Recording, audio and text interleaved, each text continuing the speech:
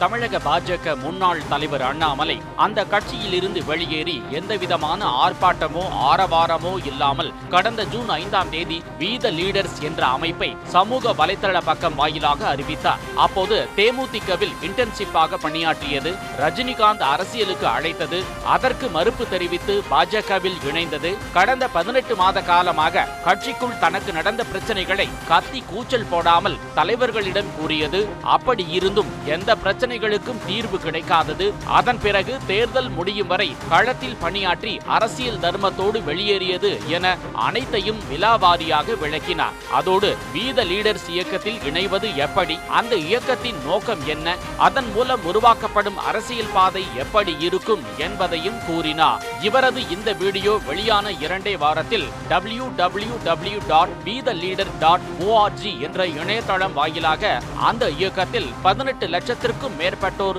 மளமளவென இணைந்தனர். இப்படி ஒரு வேகம் அண்ணாமலையை எதிர்பார்க்காத ஒன்றுதான். அதனால் தன் ஒவ்வொரு அடியையும் பார்த்து பார்த்து பக்குவமாக எடுத்து வைக்கும் அவர் தனது அமைப்பு விரைவில் கட்சியாக மாறும் என்று அறிவித்தார். ஆனால் செய்தியாளர் சந்திப்புக்கு தற்போது வரை கிரீன் சிக்னல் கொடுக்கவே இல்லை. அதனால் அண்ணாமலையின் செயல்பாடு எப்படி இருக்க போகிறது, வி த லீடர் இயக்கம் எப்போது அரசியல் கட்சியாக மாறப்போகிறது, உள்ளாட்சி தேர்தலில் இந்த அமைப்பு களம் காணுமா என பல்வேறு கேள்விகள் எழ ஆரம்பித்தன.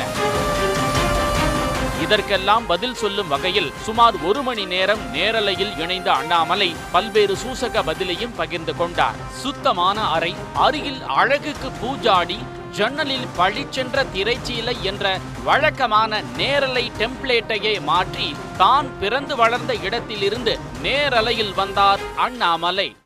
பெரிய நம்பிக்கையோடு நிறைய பேர் ஜூன் 5ஆம் தேதி நான் உங்களுக்கு ஒரு அறைகோல் விடுத்தேன். வி த லீடர்ஸ் இயக்கத்தில் நீங்கள்லாம் சேரணும், ஒரு நல்ல ஒரு அரசியல் இயக்கத்தை தொடங்குவோம், அதிலிருந்து அரசியல் கட்சியை உருவாக்குவோம்.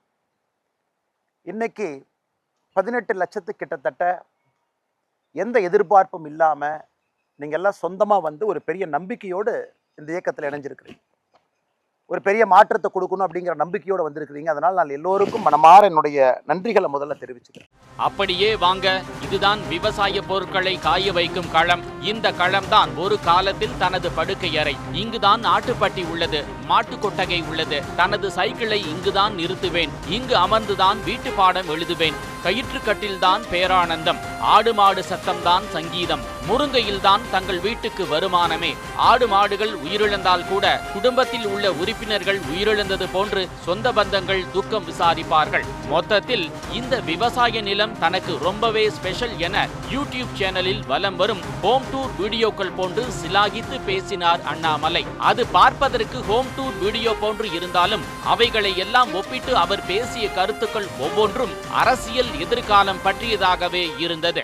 இன்னைக்கு நம்ம புரிஞ்சுக்கணும், 18 lakh ரெஜிஸ்ட்ரேஷன் இன்னைக்கு வரைக்கும் இட்ஸ் a phenomenal நம்பருங்க, சாதாரண நம்பர் இல்லை.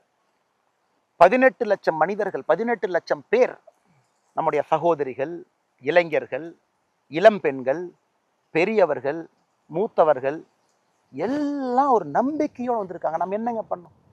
ஜூன் 5ஆம் தேதி ஒரு வீடியோவில் 20 நிமிஷம் நம்ம பேசணும், அதில் ஒரு 8 செகண்ட் வி த லீடர்ஸை பற்றி பேசணும். இத்தனை பேர் நம்பிக்கையோடு வந்திருக்கீங்க.